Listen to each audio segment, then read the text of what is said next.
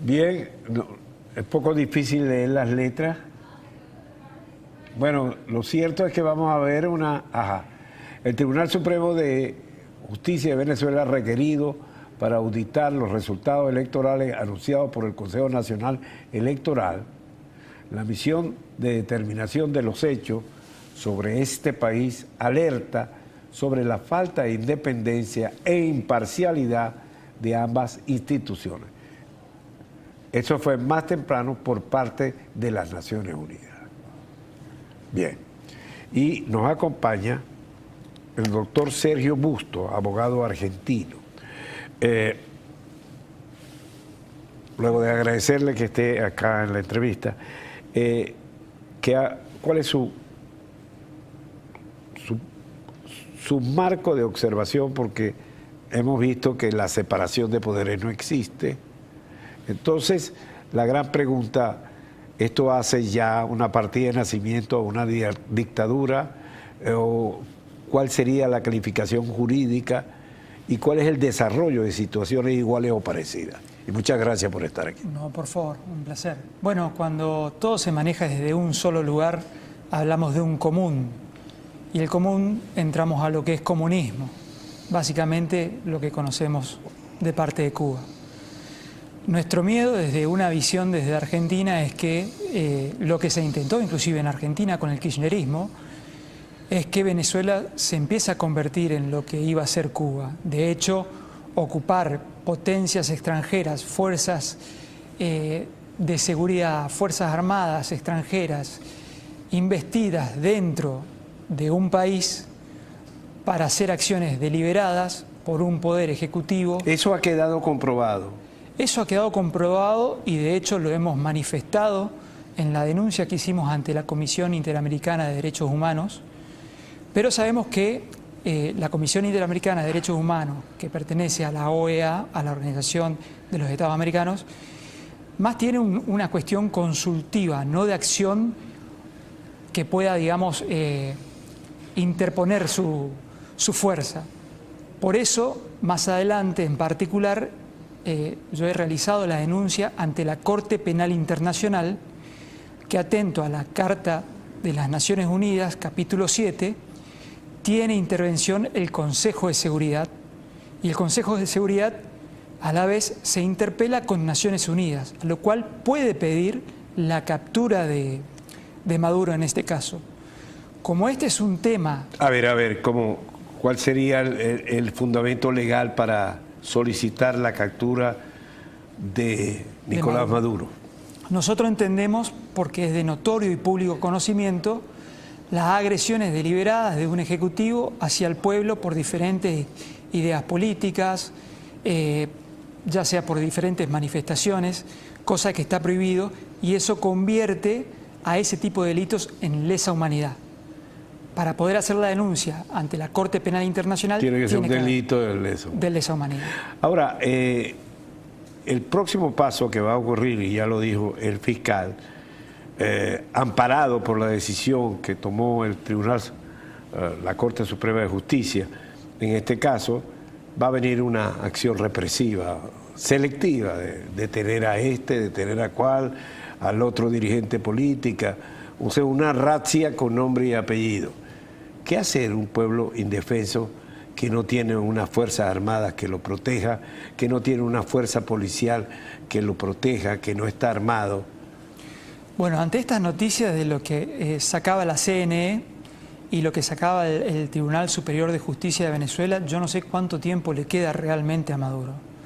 El tema es que, en base a las investigaciones que nosotros hicimos, las Fuerzas Armadas de Venezuela no están compuestas en su totalidad por venezolanos. Ese es un problema. Hay fuerzas ocultas. Digamos, ¿fuerzas armadas o fuerzas represivas? Yo diría fuerzas represivas, sin ningún tipo de ley en su pensamiento, en su razonamiento. Ese es el problema. Porque al contrario, yo creo que en casos como estos, que de mi experiencia que he visto, hay más bien un pronunciamiento militar al respecto, bajo el argumento que no se ha respetado la Constitución y ellos son los guardianes de la Constitución. Sí, decir militar va un poquito en base a las ideas militares. Yo creo que es terrorismo. Esto es un terrorismo de Estado. Más grave. Realmente. Por eso también están denunciados en el contexto de la Corte Penal Internacional. Un terrorismo de Estado transgrede todos los ordenamientos jurídicos y son fáciles, no fáciles de capturar, pero son fáciles porque el delito como tal está descrito, ¿no? Está descrito, es grave, está penado.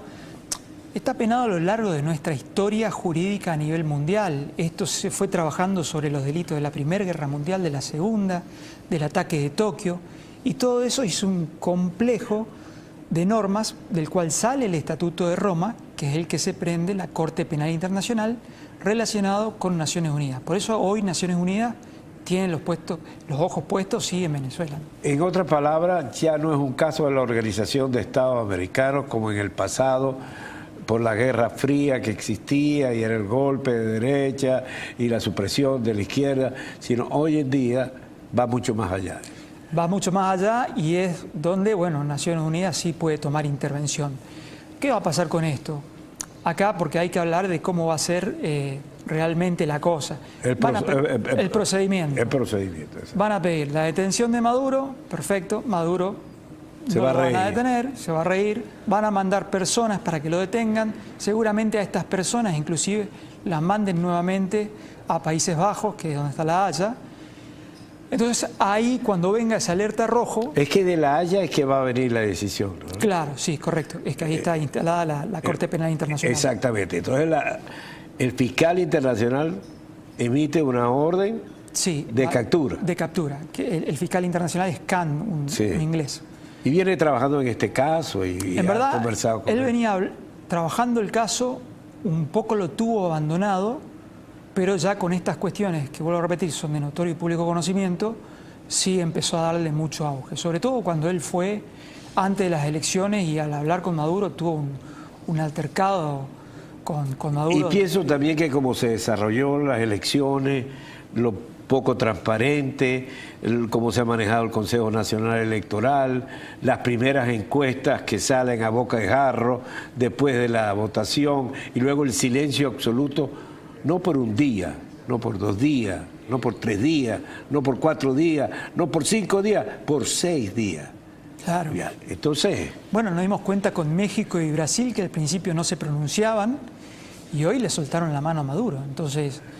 Se nota que realmente es totalmente ilegal todo lo que hicieron ahí.